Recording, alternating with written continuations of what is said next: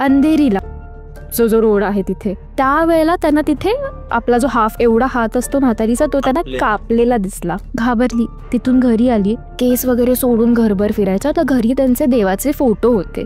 काठीने ते सगळे फोटो तोडले, खाली पाडले आणि मग त्या काचा आणि त्या देवाचे फोटो त्यांच्यावरतून चालायच्या आणि जोर जोरामध्ये हसायच्या.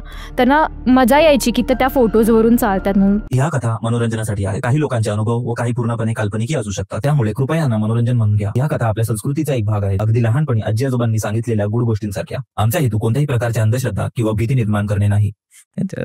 तू अजून एक बोलवती कोणतरी म्हाताऱ्या बाईचं तुम्हाला अर्ध हात दिसलं होतं. हो, ही स्टोरी माझ्या नेबर्स सोबत झाली होती. तर त्यांचं असं झालं होतं की अगेन खूप जुनी स्टोरी आहे. तर सेम ते ह्याच्यामध्ये गेले होते, जंगलामध्ये गेले होते वॉशरूमसाठी वगैरे.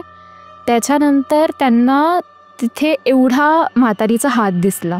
म्हणजे त्यांनी असं प्रॉपर वर्णन केलं की त्याच्यामध्ये 2 तांब्याच्या बांगड्या होत्या बारीक बारीक हातामध्ये. आणि आपला आजीचं, म्हणजे ते गावी गेलेले? गावी नाही, चीच गोष्ट आहे ही. पहिला आता सगळं डेव्हलपमेंट झालंय. पहिला तिथे लोक शेती करत होते, जंगल वगैरे सगळं होतं, असं होतं. तर अंधेरीला, हो, 6 जो रोड आहे तिथे.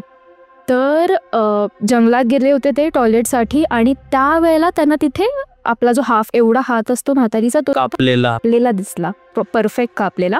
आणि त्याच्यामध्ये 2 हातामध्ये तांब्याच्या बांगड्या सुद्धा होत्या असं. आणि पूर्ण हात तो आपला आजीचा हात कसा असतो म्हणजे लूज झालेली असते चामडी, पूर्ण म्हातारीचा हात होता.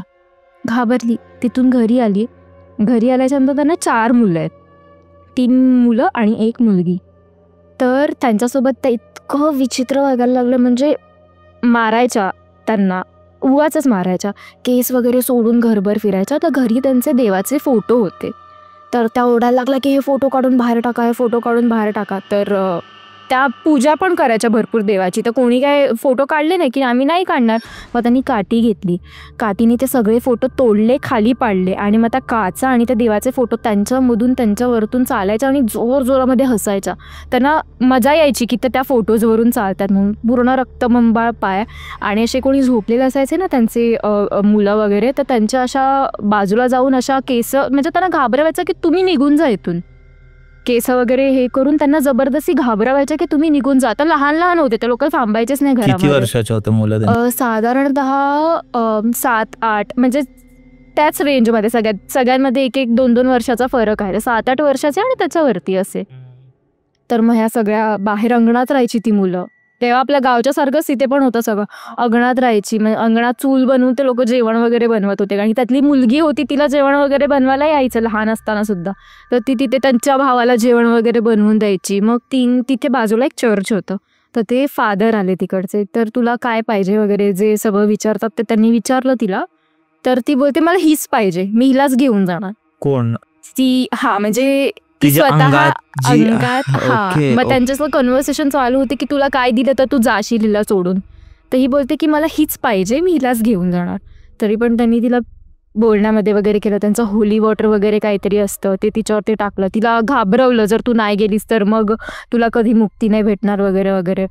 आणि मग तिची डिमांड अशी आली की मला मटण खायचं आहे. मग मटण आणि पाव, भरपूर तिने मटण आणि पाव भरपूर खाल्लं. आणि त्याच्यानंतर त्यांनी तांब्या भरून पाणी त्यांच्या उंबरठ्यावरती ठेवलं की जर तू जाशील तर तू याला लात मारून जाशील, म्हणजे आम्हाला समजेल की तू गेलीस. कारण की त्यांचं असं म्हणणं होतं की जे स्पिरिट्स असतात ते नाटक सुद्धा करतात की आम्ही जातोय. हा, की असं दाखवतील की आता ही शांत झाली, आता काय ना, पण त्या कुठे ना कुठे अंगामध्ये असतात. तर तू जाशील तर तू या जो तांबा आहे त्याला तू उडवून लात मारून जाशील, पाणी बाहेरच्या साईडला पडलं पाहिजे, म्हणजे आम्हाला समजेल की तू गेले करून. तर मग ते तसं झालं, गेली. आणि मग त्याच्यानंतर ही शांत झाली, ज्या आजी होत्या त्या. बापरे, असं आहे. मग ते स्वतःच्याच मुलांना त्रास देऊ लागली आणि त्या घरात स्वतः राहू लागली. त्यांना घराच्या बाहेर काढलं तिने. म्हणजे एक चांगलं आहे की त्या मुलांना काही, कारण की लहानच मुलं होती, मुलांना सुद्धा ती काही करू शकत होती, पण त्यांना घाबरवून तिने मुलांना घराच्या बाहेर काढलं की तुम्ही आत नाही यायचं. मारायची वगैरे, पण एकदम मारून टाकण्यात पत नाही. आणि मग ती एकटी आणि त्या काचांमध्येच राहायची, ज्या काचा देवाचे फोटो. तिचा फेस असं झालेला, म्हणजे ज्यांनी मला एक त्यांच्या आईसोबत झालेली, तर तिला इतका आनंद व्हायचा जेव्हा ती फोटोवरून चालायची देवांच्या, तिला भरपूर आनंद व्हायचा. आणि तिच्या ते फेसवरून कळायचं, उड्या मारायची अक्षरशः. फोटो तोडायचे. हा म्हणजे पडलेले ना तोडून खाली पडले होते, आता ते खाली होते फोटो काच, आता ती त्याच्यावरून उड्या मारत मारत तिला खूप आनंद व्हायचा चालायला, तर ती त्याच्यावरूनच सारखी फिरत राहायची.